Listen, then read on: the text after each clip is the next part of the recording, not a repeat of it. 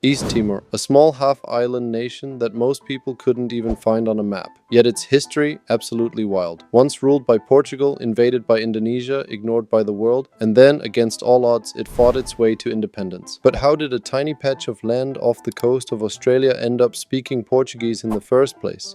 And what scars has that left behind today? Let's dive in, because this story is about colonizers, resistance, oil, and sheer stubborn survival. Picture this, it's the early 1500s. Europe's great powers are playing the who can grab the most land before lunch game, also known as the Age of Exploration. Portugal and Spain are slicing up the world like it's a pizza, guided by the Pope's blessing and a few very questionable maps. In 1494, they signed the Treaty of Tordesillas, drawing a line across the globe. Everything east of it is Portuguese, everything west is Spanish. Spoiler alert, they had no idea where that line actually landed. Fast forward a few decades. Portuguese explorers chasing the scent of spices literally arrive on the island of Timor. Why Timor? Two words, sandalwood trees. Back then, sandalwood was basically gold, used in perfumes, temples, and medicine. So the Portuguese set up trading posts on the eastern side of the island around 1515, while the Dutch took the western part later on. Boom. East Timor becomes Portuguese Timor, and West Timor becomes Dutch Timor. It's a colonial divorce that would last for centuries. But let's be clear, Portugal wasn't exactly investing heavily here. Unlike Brazil or Angola, East Timor was more of a forgotten outpost. There was no gold, no big ports, no easy access, just mountains, malaria, and a lot of sandalwood that eventually ran out. Still, the Portuguese missionaries stuck around, converting locals to Catholicism, introducing Portuguese language, and sprinkling in European influence, all while mostly ignoring the island's development. The result? By the 20th century, East Timor was technically Portuguese, but in reality, it was one of the most neglected colonies in Asia. Now jump ahead to 1974. Portugal's dictatorship collapses in what's called the Carnation Revolution. Suddenly, Lisbon is like, we have colonies? Yeah, we're done with that. So they begin decolonizing, and East Timor is left to figure out its own future. Three local political movements appear: the UDT, wanting gradual independence; Fretilin, leftist pro-independence; and Apodeti, favoring integration with Indonesia. At first it seems manageable, but then chaos. In 1975, civil war breaks out between the factions. Fretilin wins and declares independence on November 28, 1975. For 9 glorious days, East Timor is free. 9. Because on December 7th, Indonesia invades. Tanks roll in, paratroopers drop from the sky, and Jakarta claims it's helping restore order. In reality, it's an annexation. The world mostly looks away. This is the Cold War, and Indonesia is seen as a key ally against communism. So while the Timorese beg for help, most Western countries quietly support Indonesia or pretend nothing's happening.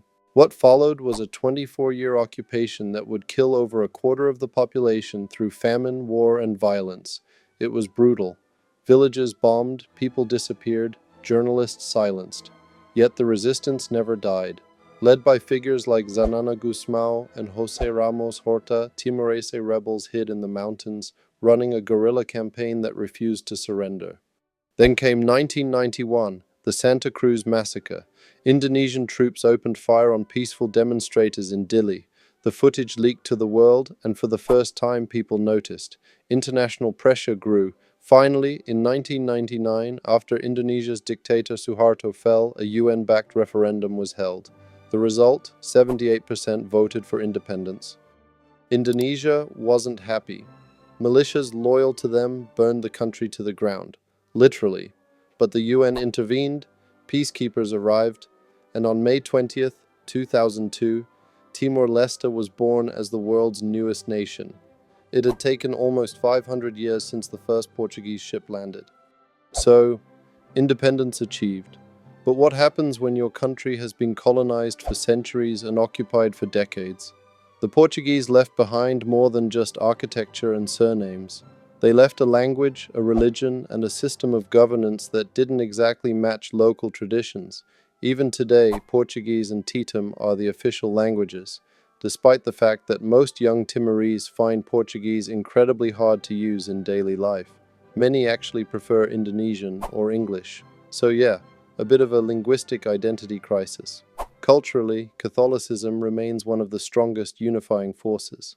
About 97% of the population is Catholic, making Timor-Leste one of the most devout countries in Asia. Churches became symbols of resistance under Indonesian rule, and now of national pride.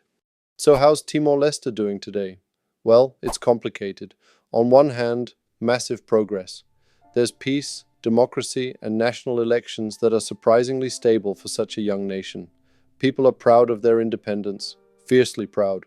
On the other hand, poverty remains high. Around 40% of the population lives below the poverty line. Most rely on farming, and unemployment among youth is stubbornly high. But here's the twist. Timor-Leste sits on top of oil and gas reserves in the Timor Sea. That should be great news, right? Except, the struggle over who controls that oil, Timor-Leste or Australia, turned into another international drama. After years of negotiation, in 2018, the two countries signed a deal giving Timor-Leste the majority share of the revenue. It's a huge win, but also a huge test, because oil money can build roads and schools, or it can vanish into corruption and bureaucracy. The government knows it, and they're trying. Investment in education, healthcare, and tourism has been growing. There's a new generation of Timorese who've never known war, and they're hungry for progress. And culturally, Timor-Leste is a fascinating mix of Southeast Asian roots, Portuguese influences, and indigenous traditions. You can hear it in the music, see it in the architecture, and taste it in the food. Spicy curries meet pastel de nata. Yes, that's right. You can get Portuguese custard tarts in Dili. If you enjoyed this dive into history and geography, hit that like button, subscribe for more untold stories, and tell me in the comments, which country's history should we explore next? Because the map of the world isn't just about borders.